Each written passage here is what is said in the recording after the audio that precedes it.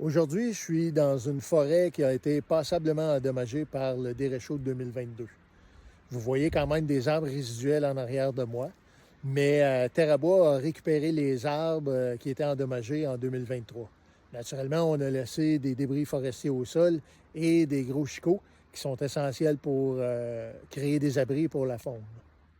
Comme vous remarquez, comme la plupart des endroits où il y a eu de la récolte forestière, la régénération s'installe fortement.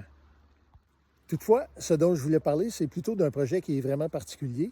On a décidé d'enrichir cette régénération-là, et pas avec une essence forestière, mais plutôt avec une essence fruitière. Oui, c'est une essence forestière, mais dont l'objectif n'est pas de produire du bois, mais plutôt des fruits pour favoriser la diversité de la forêt et pour favoriser la faune.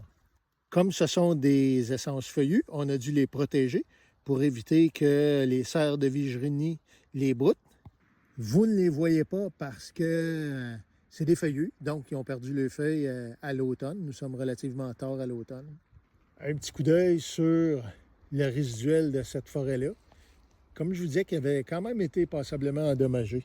Donc, on a décidé de donner un petit peu d'amour en enrichissant la régénération naturelle pour améliorer la biodiversité de cette forêt-là, puis permettre à la faune de pouvoir bien s'alimenter. Tous les petits fruits de ces arbres fruitiers-là vont permettre à la faune ailée, notamment, de s'alimenter.